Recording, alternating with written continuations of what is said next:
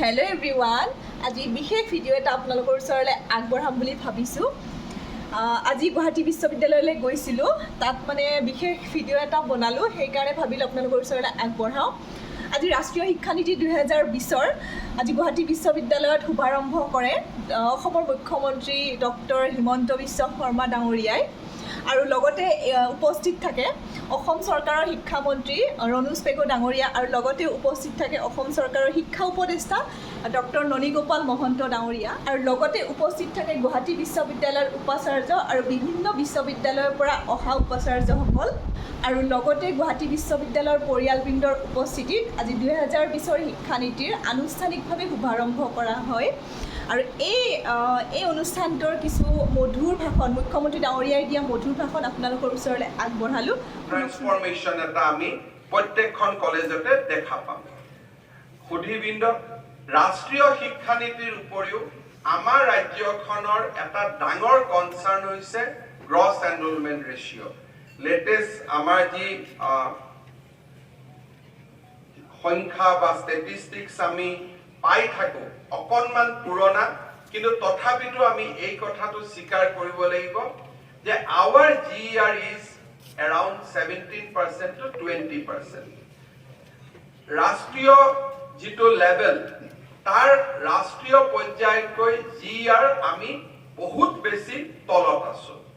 তাৰ কাৰণে আমি প্ৰত্যেকখন কলেজতে বা আমাৰ শিক্ষা ব্যৱস্থাটোক ডিষ্টেন্স এডুকেশ্যন হওক বা আন ব্যৱস্থাৰ মাজেৰে নতুন কলেজ সৃষ্টি কৰি হওক আমি আমাৰ গ্ৰছ এনৰোলমেণ্ট ৰেচিঅ' আমি বঢ়াব লাগিব। আৰু গ্ৰছ এনৰোলমেণ্ট ৰেচিঅ' নবঢ়ালে আমাৰ ৰাজ্যখনত উচ্চ শিক্ষাৰ এটা ডাঙৰ মানৱ সম্পদ আমি কেতিয়াও নিৰ্মাণ কৰিব নোৱাৰো।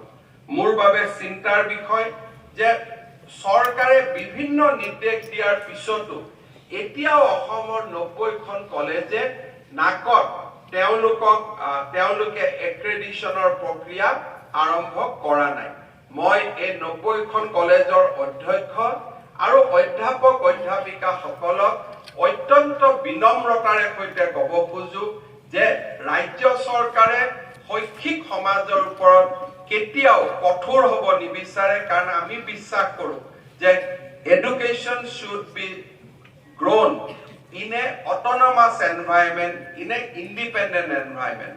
কিন্তু অটনমি আৰু ইণ্ডিপেণ্ডেণ্টৰ বাবে তেনে ব্যক্তি যোগ্য যোনে নিজৰ একাউণ্টেবিলিটি আৰু দায়বদ্ধতাক বুজি পায়। With responsibility without accountability is alien to our system. যদি কোনোবাই দায়িত্ব ল'ব খোজে কিন্তু দায়বদ্ধ হ'ব নোখোজে, সেই ব্যৱস্থাটো ভাৰতৰ গণতন্ত্ৰই বিশ্বাস নকৰে, ভাৰতৰ ন্যায়িক পদ্ধতিও বিশ্বাস নকৰে। মই এই 90খন শিক্ষানুষ্ঠানক মই অত্যন্ত বিনম্ৰতাৰে সৈতে কম যে আপোনালোকে এই বছৰৰ ভিতৰত নাকত আপোনালোকে এক্ৰেডিট কৰক আৰু এই কথা আপোনালোকে কেতিয়াও নাভাবিব যে চৰকাৰে আপোনালোকৰ ওপৰত দায়বদ্ধতা এনফৰ্চ কৰিব নোৱাৰে। এই চৰকাৰখনৰ মানসিক শক্তি ইমানেই প্ৰবল নোখোজে, সেই ব্যৱস্থাটো ভাৰতৰ গণতন্ত্ৰই বিশ্বাস নকৰে, ভাৰতৰ ন্যায়িক পদ্ধতিও বিশ্বাস নকৰে। মই এই 90খন শিক্ষানুষ্ঠানক মই অত্যন্ত বিনম্ৰতাৰে সৈতে কম যে আপোনালোকে এই বছৰৰ ভিতৰত নাকত আপোনালোকে এক্ৰেডিট কৰক আৰু এই কথা আপোনালোকে কেতিয়াও নাভাবিব যে চৰকাৰে আপোনালোকৰ ওপৰত দায়বদ্ধতা এনফৰ্চ কৰিব নোৱাৰে। এই চৰকাৰখনৰ মানসিক শক্তি ইমানেই প্ৰবল আৰু অসমক ভাৰতৰ বুকুত এখন সৰ্বশ্ৰেষ্ঠ ৰাজ্য হিচাপে নিৰ্মাণ কৰাৰ আকাংক্ষা ইমানেই প্ৰবল, অসমখনক আকাশ চোৱাৰ পথলৈ লৈ যোৱাৰ ইচ্ছা শক্তি ইমানেই প্ৰবল যে সৰু সুৰা বাধা আঁতৰাবৰ কাৰণে এই চৰকাৰখনক 10 মিনিটো সময় নালাগে। সেই কথা মই এটা ক্লিয়াৰ মেছেজ এটা মই আমাৰ এই 90খন মহাবিদ্যালয়ত দিব খুজিছো আৰু মই ভাবো যে it should be taken with a positive spirit, কাৰণ আমাৰ কোনো পাৰ্চনেল এজেণ্ডা নাই। মোৰ ল'ৰা ছোৱালীও এই 90খন কলেজত নপঢ়ে।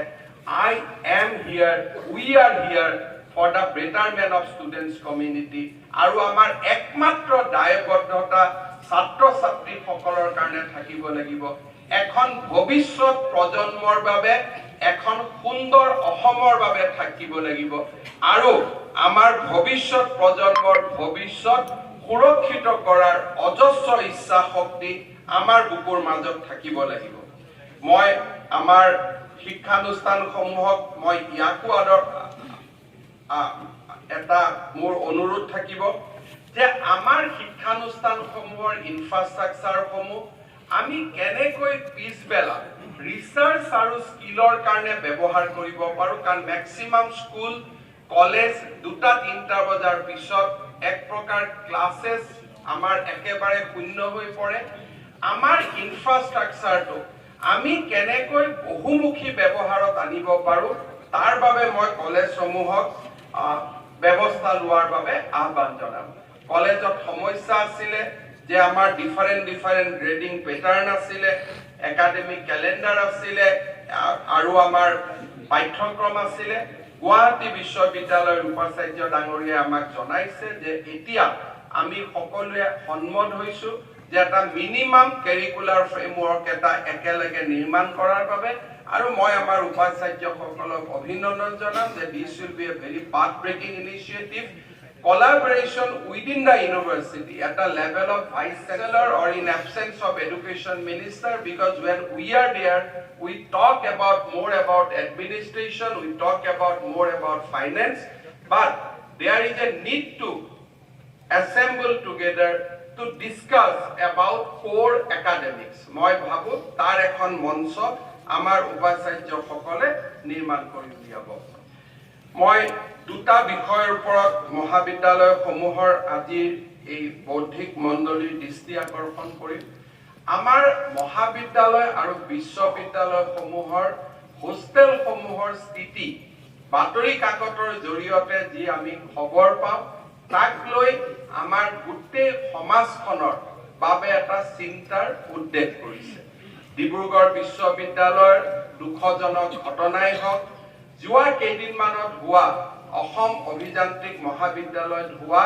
শোচনীয় দুৰ্ঘটনাই হওক অভিভাৱকসকলৰ মাজত এক চিন্তাৰ সৃষ্টি কৰিছে আমি ইয়াতে এজন ষ্টুডেণ্টক আমি ভাবো যে দে আৰ ইণ্ডিপেণ্ডেণ্ট কিন্তু যেতিয়া অভিভাৱকসকলে এখন বিশ্ববিদ্যালয় বা কলেজৰ হোষ্টেলত ষ্টুডেণ্টক থৈ যায় they go back with a notional satisfaction যে আমি কৰ্তৃপক্ষৰ হাতত লৰা ছোৱালী গটাই থৈ আহিছো they do not think that they have put their children in a independent environment তেওঁলোকে নাভাবে যে আমি এখন শৃংখলা ৰহিত সমাজত আমি আমাৰ লৰা ছোৱালীক থৈ আহিছো তেওঁলোকে মনত ভাবে যে আমাতকৈ সুপেৰিয়ৰ হিউম্যান বিং য'ত থাকে তেনে ইকোসিস্টেমত আমি আমাৰ লৰা ছোৱালীক থৈ আহিছো মই ভাবো ছাত্ৰ ছাত্ৰীসকলৰ মাজত অলপমান অপ্ৰিয় হোৱা ছাত্ৰ ছাত্ৰীসকলৰ মাজত অলপ কম জনপ্ৰিয় হোৱা ছাত্ৰ ছাত্ৰীসকলৰ মাজৰ পৰা প্ৰতিবাদৰ সন্মুখীন হোৱাটো বহুত ডাঙৰ কথা নহয়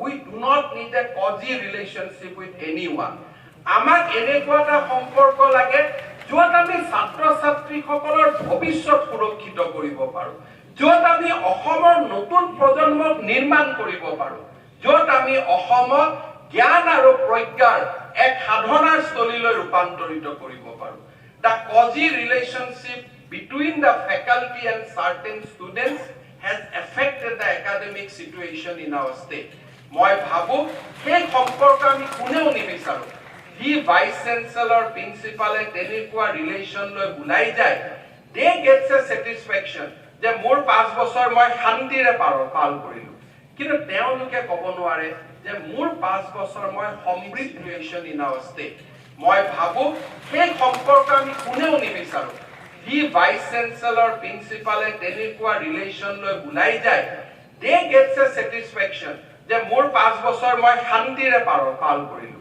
কিন্তু তেওঁলোকে ক'ব নোৱাৰে যে মোৰ 5 বছৰ মই সমৃদ্ধিৰে পাল আজি অসমত মই মুখ্যমন্ত্ৰী হিচাপে শান্তিৰে মই পাৰ কৰিব খোজা নাই 5টা বছৰ মই শান্তিৰে পাৰ কৰিব খোজা নাই ইতিহাসে ৰোমন্থন কৰক এই 5 বছৰ সমৃদ্ধিৰ 5 বছৰ সেয়া হৈছে মোৰ লক্ষ্য। মোক শান্তিৰ 5 বছৰ মোক নালাগে, মোক সমৃদ্ধিৰ 5টা বছৰ লাগে।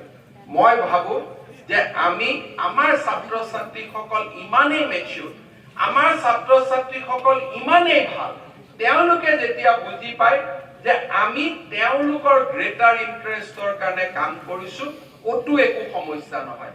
আজি 2টা বছৰ অসমত ক'ৰ পৰা আন্দোলনৰ পৰিৱেশ নোহোৱা হৈ গ'ল, কোনেও একো দাবী ধমকি দিয়া নাই, ক'তো পুলিচ নাই, ক'তো চিআৰপি নাই।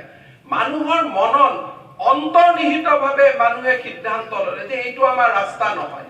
মই ভাবো যে কলেজৰ প্ৰিন্সিপাল আৰু উপাচাৰ্যসকলে যেতিয়া ছাত্ৰ ছাত্ৰীসকলক কনভিন্স কৰিব পাৰিব যে তোমালোকৰ ভালৰ কাৰণে আমি কলেজ ইউনিভাৰ্চিটি হোষ্টেলত আমি অকণমান ডিসিপ্লিন আনিব খুজিছো, it will be welcomed by 99% of the students. But unfortunate for us, we guided by 1% of the students, we do not guided by the 99% of the students. That is the biggest problem in our system.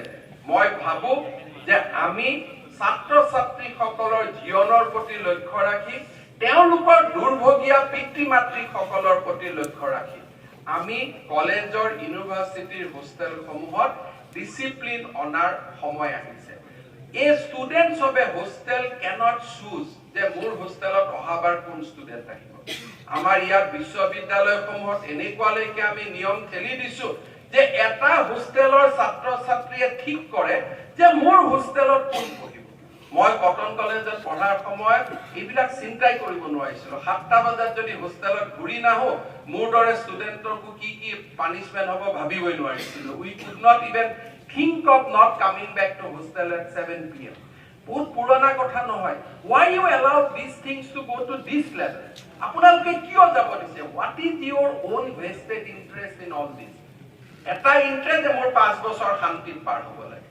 মই বেলেগ post দিও আপোনালোকক য'ত আপোনালোকে 5 বছৰ আৰু বেছি express my deepest concern as a chief minister of the state, as a representative of the state, and on behalf of all guardians of the state, I want to express